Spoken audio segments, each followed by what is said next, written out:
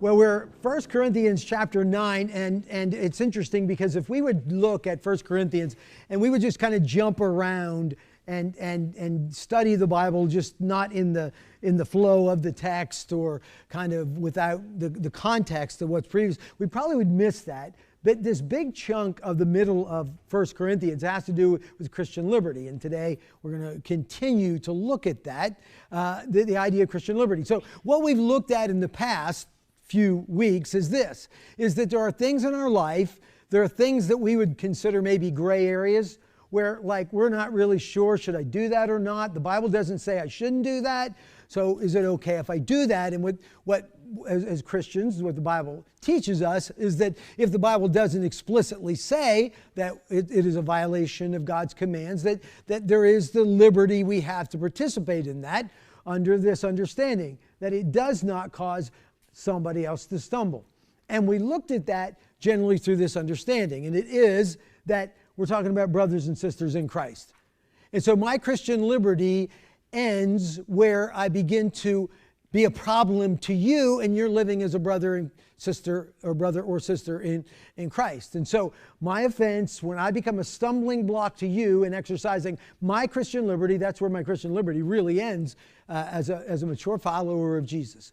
And so we might not realize this, except Paul continues it and shows us that not only is the concern in living out our Christian liberty in relation to other believers, but also non-believers, as he's going to look at here in the last 11 verses of 1 Corinthians chapter 9. That our liberty also, not only taking into consideration what other believers and what impact it might have on other believers, we also have to consider the impact it might have on non-believers. And so, understanding this, that living out our Christian liberty needs to be understood through the context of how is this going to affect somebody who doesn't know Jesus, somebody who is not a follower of Christ. And so if I'm living my Christian liberty at home and my next door neighbor who doesn't know Jesus is witnessing that, is it going to have an effect on them and their ability to come to Christ or my ability to witness to them? And so chapter 9 of 1 Corinthians, as we conclude chapter 9, it really has to do with that. So there is that saying, when in Rome, do as the Romans do. Now, we usually use that in this way. We think of it as, I'm going to a place, and since I'm there, I can do all the stuff that they're doing there normally. And so we would think, I'm going to Vegas. And we say, what? When in Rome, do as the Romans do. And so we would look at it as a license to kind of do things we shouldn't do, right? But do you know the original conversation where this quote emerges from was actually in relation to the church. It was in relation to Christianity. And Augustine, one of the early church fathers, was changing his job. And he moved from Rome to Milan. And in Milan, he was going to be a teacher. And he found that there was this great cultural difference that he was really struggling with. And he didn't know how he should behave. And so he's conferring with one of the other church fathers, Ambrose. And he said, Ambrose gave him this kind of longer version of this. This is kind of a paraphrase of it. But basically what he said to him is, well, when in Rome, do as the Romans do. When in Milan, do as the Milanians do. And so the idea was that your behavior in that culture needs to be sensitive to the culture that you live. Now, under this understanding, we're not doing anything immoral, we're not being disobedient to God, but as long as that's the case, then understand that and be sensitive to the culture that you live, the culture that you're functioning in. For that reason, your behavior, the way you act, whether you're at your work, or if you're work, or you're with your kids' softball team, you're with your poker club, whatever it is, wherever it is that you're working, wherever it is that you're playing, whatever it is in life, understand that this is a place, this is an opportunity for you to share Christ with people who don't know the Lord. And so because of that, be sensitive and understanding of that culture that you live in, that you function in. And Paul is going to give us the reason for that and the why that is critical and important. And so we're going to read those last verses there in 1 Corinthians chapter 9. And here's what he says. For though I am free from all, I have made myself a servant to all, that I might win more of them. So he says this. He's been talking about this, the fact that, yeah, I have freedom, but I'm limiting that freedom in sensitivity to those people that are around me. And what he has said previously had to do with those that are in the church. Christians, fellow Christians, I'm going to restrain my Christian liberty because I don't want to do something that's going to cause another Christian to stumble, to be a stumbling block to another person. But now what does he introduce? He introduces another crowd. He says, that I might win some. What does that mean? It means they aren't Christians. He's talking about bringing them to Jesus. And so all of a sudden now, this Christian liberty isn't only considering how I live around other believers, it has to do with how I live and behave and function around people who don't believe in Jesus. And he says this, I want to give up that freedom. I want to surrender my Christian liberty, or at least restrain my Christian liberty, that I might be able to win people to Jesus. That is going to be a place, an opportunity for me to bring others to Christ. And so he then begins to describe those specific groups that he's speaking of.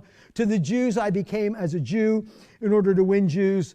To those under the law, I became as one under the law, though not being myself under the law, that I might win those under the law. So you understand what he's saying? Whoever it is I'm around, whoever it is I'm ministering to, I'm adjusting, I'm adapting myself to that place. Now this isn't a fake, this isn't putting on some kind of charade. It is understanding the world and the culture that you're ministering in and doing it in a way that they understand and respond to. He goes on to say this, to those outside the law, I became as one outside the law, not being outside the law of God, but under the law of Christ, that I might win those outside the law. So now he's talking about people who aren't Christians.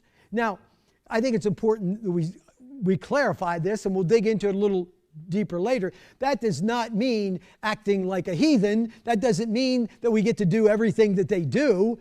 Everything is, I'm going to minister to them in the manner that they understand, in a manner they will respond to.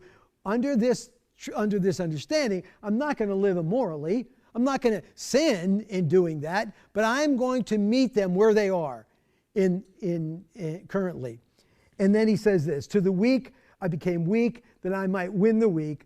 I became all things to all people, that by all means I might save some. So he gives us only a few specifics, but what he's saying is whoever it is that I'm ministering to, I'm going to meet them where they're at. And there's one we could add to it from Ken this morning, to the insane, I became insane. That's really what he said this morning as he shared, as they go to snow camp. And in that same way, when you go to snow camp, you're to the youth, to the teenager, I became as a teenager. Why? What does that mean? Well, anytime you minister to a group of people, it's going to be different. I've noticed this. I've gone to snow camp and I've gone to encore meetings. And you know what the difference is? Dodgeball. There's no dodgeball at encore meetings. We go out and we eat somewhere. But you go to the youth meetings, there's going to be dodgeball. There's going to be games. There's going to be all kinds of crazy things. Because what? We're ministering to those people. We're meeting them where they are. And as Paul would describe here, I have become all things to all people, that by all means I might save some. I'm going to adjust my living. I'm going to adjust the way I handle, the way I talk, the way I deal with people to where they are. So I speak here on Sunday morning and preach to this crowd. And I go to Woodland a couple times a month. And I'll generally preach the same message. Now, I alter it. I change it. Why? Because it's a different crowd. Because they're at a different place in their life than you are. I still use the same text. I use the same principles, but they're in a different place. And so we have to minister to them. We give them all things to all people, that we might save some. Now, what does that look like in your life? Well, you have people in your life from... If you work in the secular world, you interact with people, lots of people who don't know Jesus. And you're meeting them on different levels. Some of you work in healthcare, and you're meeting people in maybe in the office, in the hospital, in education. You're meeting all these different people. And what Paul says is, whoever that might be, I'm going to minister to them right where they're at. I'm going to be as they are in that situation. For what reason? What's the goal? That I might win some. That's the objective. That's what he desires to see happen. Verse 23 then says, I do it all for the sake of the gospel, that I may share with them in its blessings. And so here's the objective. Here's the reason. I want to share the gospel. That's my passion. That's what I want to do. And since that's what I want to do everything I can to make that possible. And so I am going to minister to these people in front of me right where they are, as they are, for this end goal, and it is that they might know Jesus, that I might be able to share the gospel with them. And so then he closes with this metaphor of a race. He says, do you not know that in a race all the runners run, but only one receives the prize? He's going back to his objective. Here's my goal. Here's what I'm aiming at. He says, but only one receives the prize. So run that you may obtain it. Every athlete exercises self-control in all things. They do it to receive a perishable wreath, but we an imperishable. So I do not run aimlessly. I do not box as one beating the air, but I discipline my body and keep it under control, lest after preaching to others, I myself should be disqualified. What is he saying? He's saying, I am going to discipline myself. I'm going to run with all my energy. For what reason? So that I can share Jesus with other people.